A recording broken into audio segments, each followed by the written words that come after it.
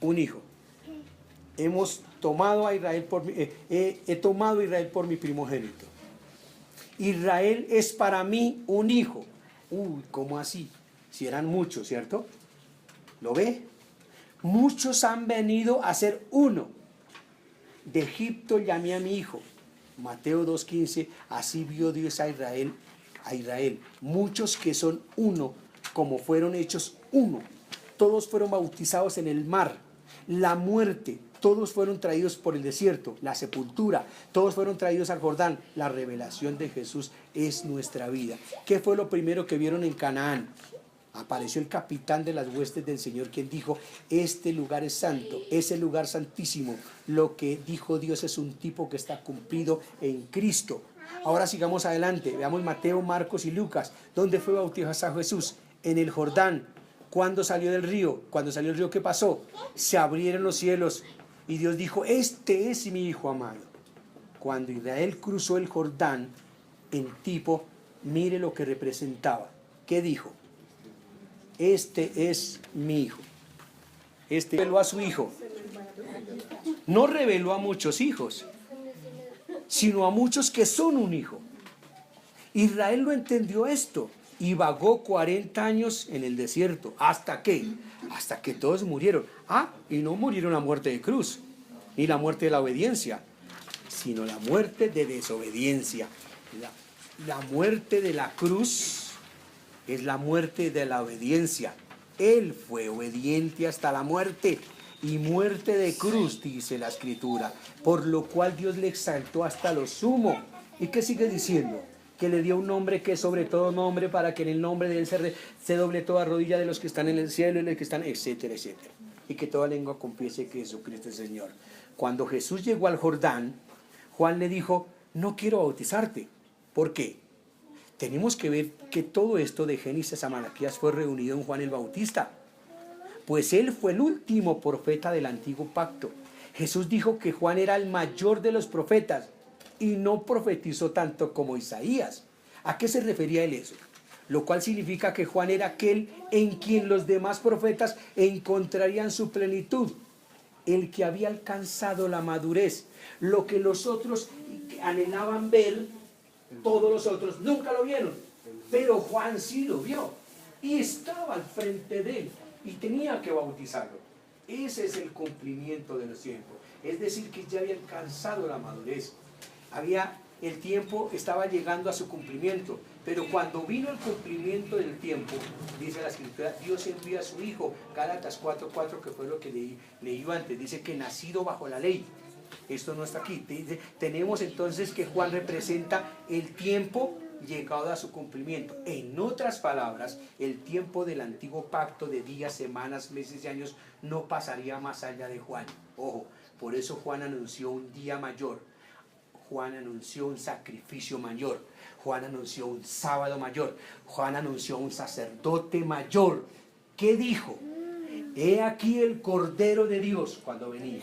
Eso dijo Juan. Todo lo dicho por Isaías y Ezequiel, todo lo que hablaron en tipo y en sombras, aquí lo que vemos antes, todo eso, lo que hablaron en tipo y en sombras, lo vio un hombre. Por eso Jesús dijo: este es el mayor, él ha alcanzado la madurez.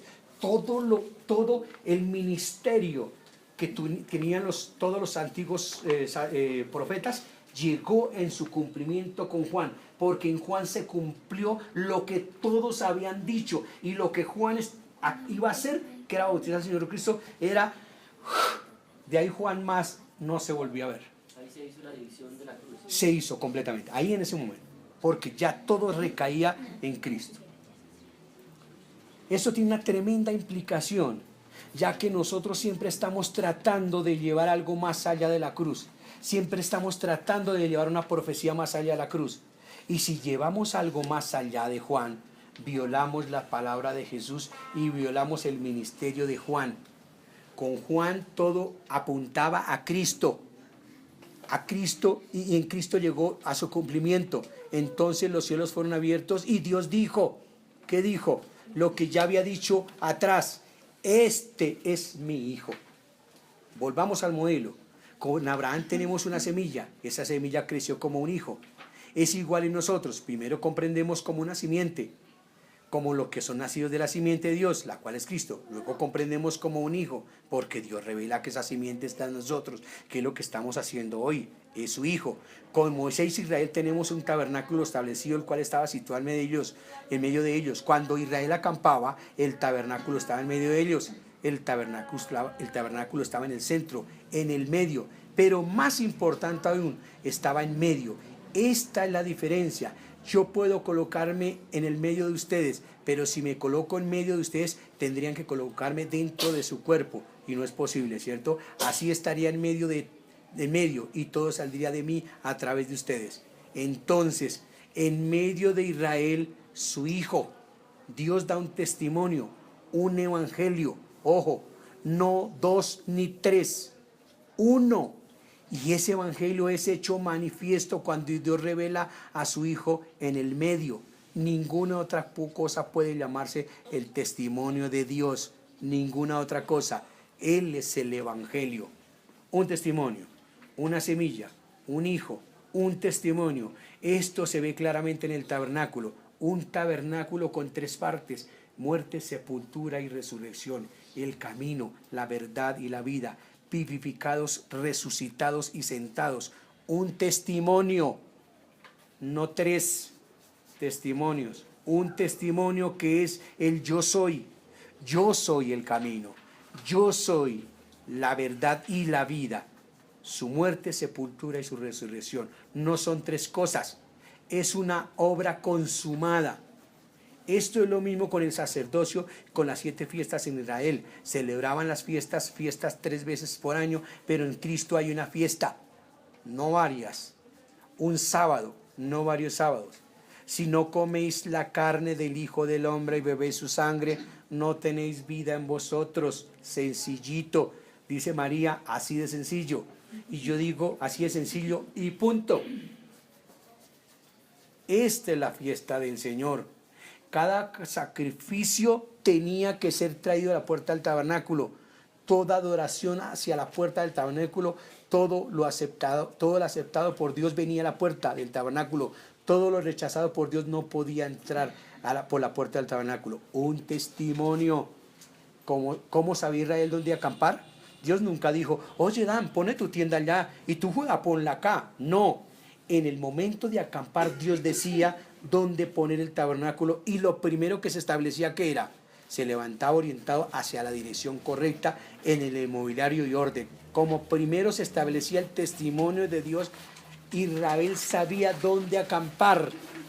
Judá al este, Dan al norte, sencillo. Israel sabía dónde acampar cuando el tabernáculo estaba en el lugar correcto.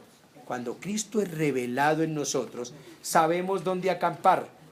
No vamos a correr por allá para donde ya sabemos. Los que ya saben que yo ya sé. Entonces van a decir que es que yo digo, que siempre digo. Entonces vuelvo y repito. Cuando Cristo es revelado en nosotros, sabemos dónde acampar. Conocemos el orden de Dios. Cuando Dios revela a su Hijo en nosotros, sabemos cuándo y cómo marchar. Y sabemos dónde estamos. No es que vamos, no, yo ya sé dónde estoy. Cuando el testimonio de Dios está en nosotros y ese testimonio es colocado en el orden correcto, no vagamos perdidos. El orden del testimonio es la cruz. El orden del tabernáculo es la cruz. El orden es la cruz.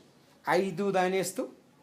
Cuando Cristo es revelado en nosotros, es revelado el orden de la cruz. Ya no muchas semillas. Entendemos que una semilla, que somos una semilla. Más allá de esto entendemos que somos un hijo. Parte 5 y la última ya para terminar. Una semilla, la cual es Cristo. Regresemos a Génesis 1, 11 y 12. Después dijo Dios, produzca la hierba verde, hierba que dé semilla, árbol de fruto que dé fruto según su género, que sus semillas estén en él sobre la tierra. Y fue así. Y produjo pues la tierra hierba verde, hierba que da semilla según su naturaleza, y árbol que da su fruto según fruto cuya semilla está en él, según su género, y vio Dios que era bueno. Tenemos aquí un orden divino establecido. El orden divino no permite la mezcla de semillas. No, pero hermano, es que yo estoy leyendo en internet. No, no, no. Pero hermano, es que usted, no. Eso es mezcla. Y a este lado no hay mezcla. No, ojo. En Cristo no hay mezcla. Ojo, ¿por qué?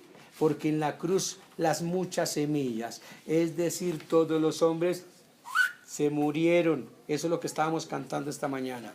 A la derecha de la cruz solo una simiente vive y vive en nosotros. Cuando solo hay uno, no puede haber mezcla. Y si hay mezcla, está en nuestras mentes, no en Cristo. Hermano, yo opino que no. Está en nuestra manera de pensar, no en la verdad. En Cristo no hay mezcla. Este juicio tiene que entrar en nuestros corazones para que usted y yo lleguemos a entender que en Cristo no somos simientes creciendo en el jardín de Dios. No, somos una simiente y a Dios le interesa solo el incremento de esa única simiente en nosotros. Una semilla, una cosecha. A él, cuando Juan el Bautista le preguntaron, él dijo, es necesario que yo mengüe y que él crezca, no a lo contrario, que yo sea un gran evangelista y un gran profeta. Ay, no, yo tengo que desaparecer en mis títulos. Por eso, pastor, el que se llame pastor está frito, porque le está quitando el título al Señor. Sencillo, y está usurpando, es anticristo. Yo no tengo eso. Y Juan dijo, y el cual yo no soy digno ni siquiera desamarrarle el cordón allá. O sea, agacharse y quitar y tocarle. No soy digno de hacer eso. ¿Se imagina qué tipo de revelación tuvo Juan en ese momento? Es necesario que yo mengüe. No, pero es que yo cómo voy a menguar, es que no, pues es que también, mire, entonces ese conocimiento que yo tengo, entonces ¿a dónde lo voy a echar? Y entonces, no me importa si yo quiero que usted siga trabajando en el taller y se quede quieto allá, ¿y qué? Esto podría ser para grandes multitudes, y yo quiero que se lo dé a 10 personas, ¿y qué tengo que ir a hacer? Sí, Señor. No, Señor. Claro, Señor. Por supuesto, Señor. Ni más faltaba, Señor. Tiene que ser así, porque si no, el incremento es Él, no nosotros.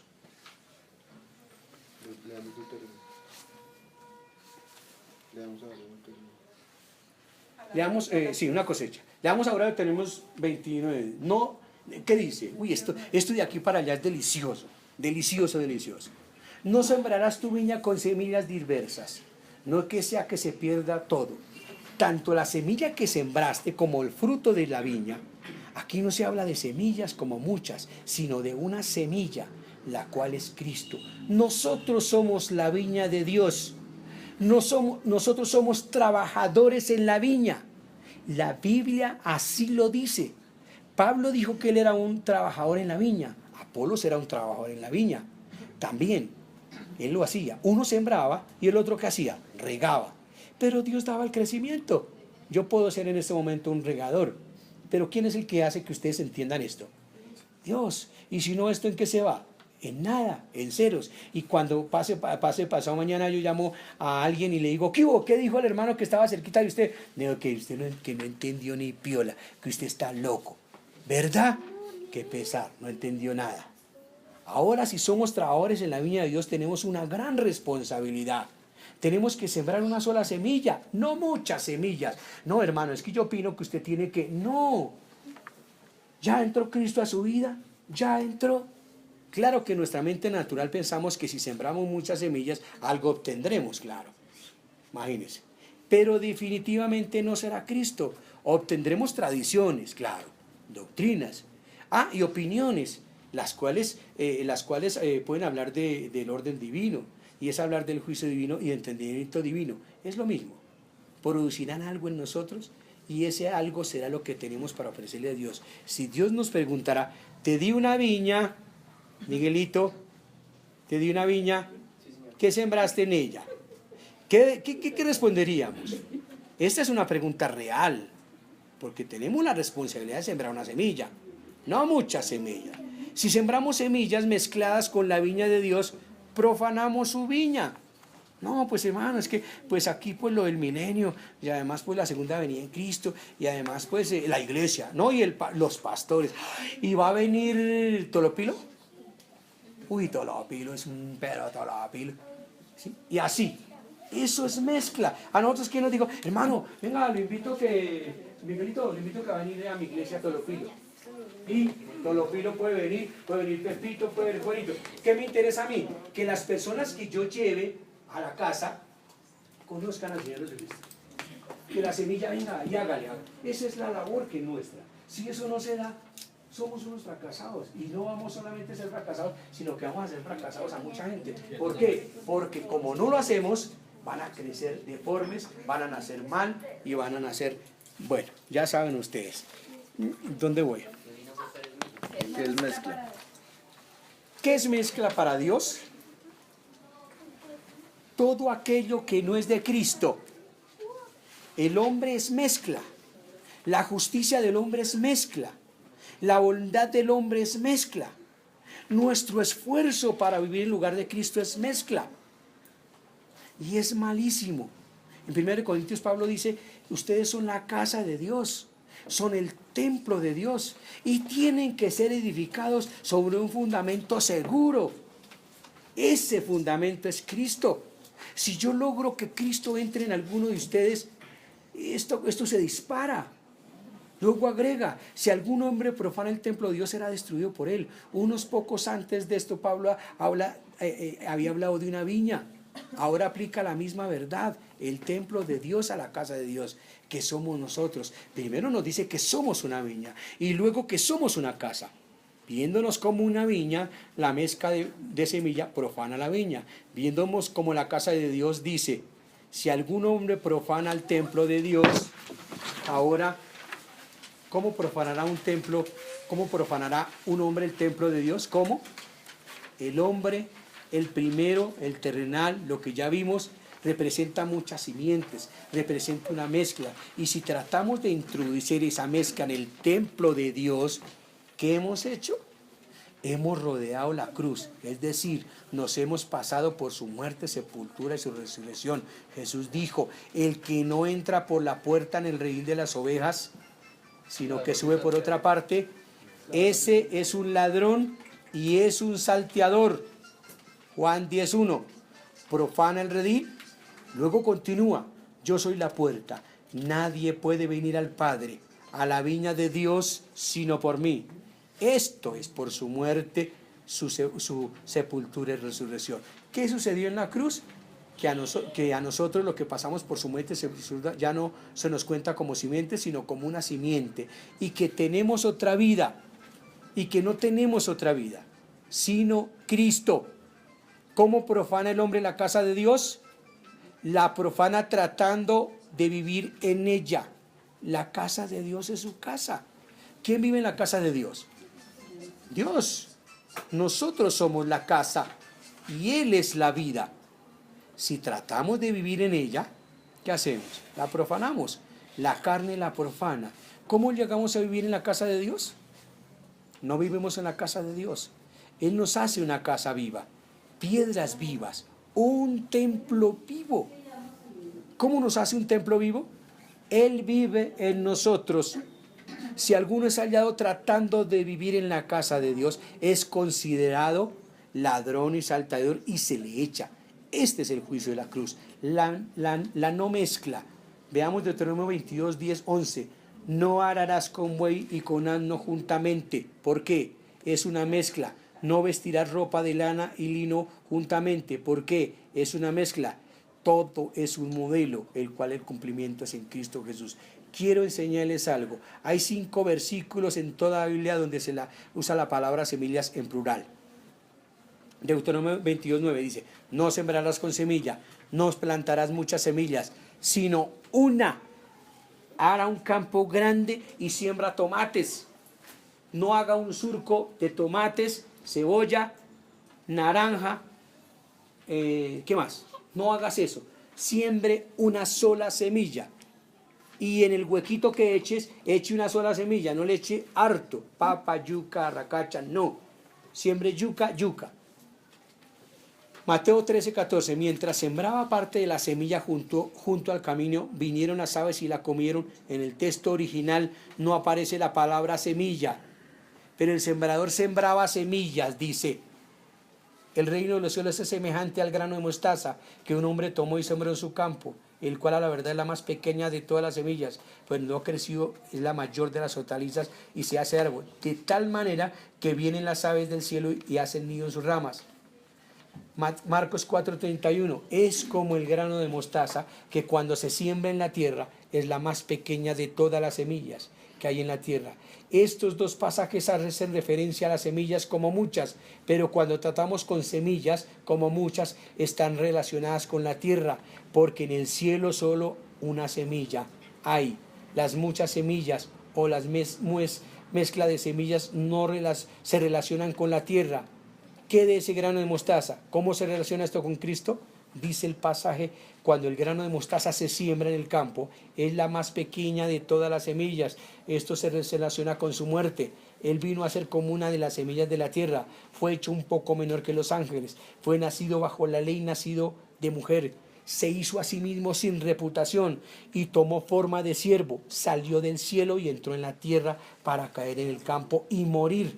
Él utiliza el grano de mostaza como tipo de sí mismo, pero no lo usa en plural, sino como una semilla. Esa semilla se hizo menor y más pequeña que todas las semillas para poder sufrir la muerte por todas ellas. Jesús dijo, tengo que caer en la tierra y morir. Así dijo, y si no lo hago, me quedaré solo. Pero si muero, dice el Señor, llevaré mucho fruto y seré de aquellos, mucho fruto. De aquello que vuela, de aquello que mora por encima de la tierra, de aquello que se levanta y se encuentra su alojamiento en ese árbol. Él se hizo la menor de las semillas con el fin de traer un incremento de sí mismo, en que en usted y yo encontramos morada en él. Nos ha librado de la potestad de las tinieblas y trasladado al reino de su amado Hijo. Colosenses 1:13. Gálatas 3:16 dice, ahora bien a Abraham fueron hechas las promesas y a su simiente. No dice a las simientes como si hablase de muchos, sino como de uno, y a tu simiente, la cual es Cristo. El énfasis de este versículo está en la última frase, tu simiente, la cual es Cristo. ¿Hay alguna duda de quién es la simiente de Dios? El hombre es hecho a partir de la tierra. Nos miramos unos a otros y vemos los cuerpos hechos de la tierra, de diferentes colores, blancos, morenos, negros, amarillos, pero solo son tierra. Es más, andamos por ahí comparando la tierra y decimos, mi tierra es mejor que la suya. Solo es tierra. Pasamos mucho tiempo hablando sobre la tierra, pero la más grande pérdida de tiempo es predicar sobre la tierra. No solo es una pérdida de tiempo, es una tontería. Predicar, sé santo, sé justo, es nada más que tierra. Y si se lo digo a tierra, peor. Amigos, no importa cuál sea el color del pelo, si se tiene pelo o no, si se es canoso o no, todo es tierra. Pero queremos predicarla. Queremos traerla a la gente a una reunión y hablarle a la tierra. Si la tierra no nace de nuevo, ¿para qué le botamos corriente? Dice, tenemos este tesoro en vasos de barro, pero el tesoro no es el vaso, el tesoro está dentro del vaso. Así que no nos gloriamos en el vaso, sino en Dios. Sin embargo, nosotros nos gloriamos en el vaso. Somos comparadores de vasos, por así decirlo. ¿Por qué no compramos el tesoro? Solo hay un tesoro. Todos tenemos el mismo tesoro, todos tenemos la misma simiente, siendo renacidos, no de simiente corruptible, dice Pedro, sino de incorruptible. Cristo en nosotros, en nuestras almas. Pensamos que éramos muchos, pero ahora los ojos de nuestro entendimiento han sido alumbrados y vemos una simiente. Hemos llegado a un juicio, no somos muchos, no somos hartos acá, somos una simiente. Nuestras almas son transformadas en el entendimiento, en el conocimiento, y llegan a ser obedientes hasta la única simiente que es Cristo. Lo que necesitamos conseguir es un avance, es un envase de barro. Lo que necesitamos conseguir es un envase de barro, ponerlo en el bolsillo y tenerlo todo el tiempo con nosotros. Así la próxima vez que comencemos a predicar acerca de la tierra, prediquémosle a esa tierra en el bolsillo. Es lo mismo. Verán, hermanos, los cuerpos que tenemos no son importantes. Lo que es importante es el cuerpo que somos, el cual es Cristo. Los cuerpos que tenemos tienen que ser puestos como sacrificios vivos para el cuerpo que somos. El menor sirve al mayor. Yo tengo un cuerpo, tienen ustedes un cuerpo, pero somos un cuerpo, el cuerpo de Cristo. Solamente el Espíritu de Dios puede mostrarnos esto, revelárnoslo. Él nos lo ha mostrado, revelado a su simiente en nosotros, pues el resultado de esa simiente es un gran árbol, el cuerpo de Cristo, el reino de Dios. El centro de ese cuerpo es ese árbol, es la única simiente. Si hay una única simiente, hay un solo cuerpo. A mí no me interesa mucho la tierra, ni la suya ni la mía. Lo que dijo Pablo, de aquí en adelante a nadie conocemos según la carne, no me importa. Y aun si a Cristo lo conocí así, ya no lo conozco así. No estoy interesado en la simiente, estoy interesado en la simiente. ¿Hay evidencias de la simiente? Eso es lo importante, no muchas semillas, sino una sola semilla, la cual es Cristo. Por eso me vuelvo yo cansón diciéndole a las personas: ¿qué hubo, hermano Jairo? ¿Qué hubo? ¿Ya entró? ¿Ya entró? ¿Ya entró en usted? ¿Ya entró el Espíritu Santo? ¿Ya? Eso es cansón, ¿cierto? Pero si no es así, no sirve esto. La última cosa, las promesas no son solo para la única simiente. Todas las promesas están cumplidas y esa es la única simiente. Todas las promesas ya están cumplidas y las promesas están en mí. ¿En qué lugar son todas las promesas de Dios? En sí y amén. En Cristo Jesús. Las promesas no son solo acerca de Él, son para Él. Gálatas 3:9 dice: entonces, ¿para qué sirve la ley? Fue añadida a causa de las transgresiones hasta que viniese la simiente, a quien fue hecha la promesa. ¿A quién fue hecha la promesa? A Cristo. Y Cristo está en mí. Todas las promesas son cumplidas en Cristo. Voy a mostrarles algunas de esas promesas. Todas son para la simiente y cumplidas en Cristo. Esto significa que Cristo es la sustancia de esas promesas. No es que Cristo me promete algo. Él es la promesa de Dios. Repito, no es que Cristo me promete o el Padre me promete algo. Él es la promesa de Dios. Todo está en Él y en conocerlo a Él. Génesis 9:9 dice: aquí que yo establezco mi pacto con vosotros y con vuestros descendientes después de vosotros. Génesis 12:7 dice: y apareció Jehová a Abraham y le dijo: a tu simiente daré esta tierra. ¿A quién estaba hablando? A Cristo. Porque en Génesis 13:15, porque toda la tierra que ves la daré a ti y a tu descendencia para siempre. Yo llevo, dice Génesis 15:5, lo llevó fuera y le dijo: mira los cielos y cuenta las estrellas si es que las puedes contar. Y le dijo: así será tu descendencia. Génesis 21:12, porque en Isaac te será llamada descendencia.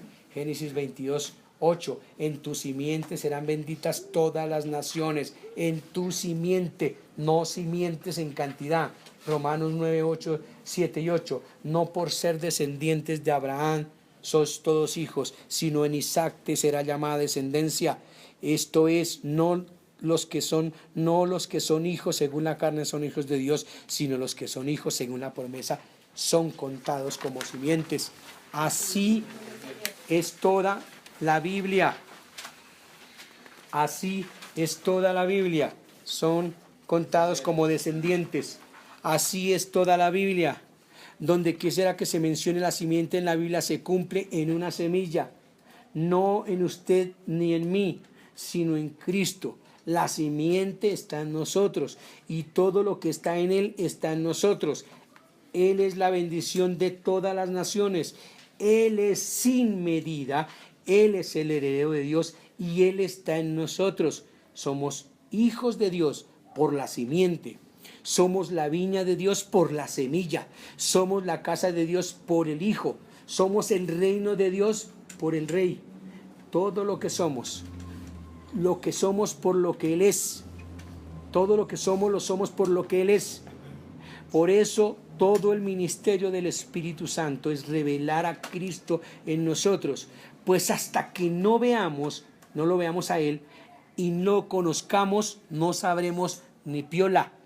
Nada, estaremos fritos, caminaremos en la imaginación de nuestros corazones, la imaginación que les dije la vez pasada. Mi mayor deseo para ustedes y para todo creyente en todo lugar, si es que esto se escucha, es que Dios revele a su Hijo en ustedes y que busquen al Padre por esa revelación. Hermanos, Oremos para que Dios sea revelando a Cristo en nosotros. Amén.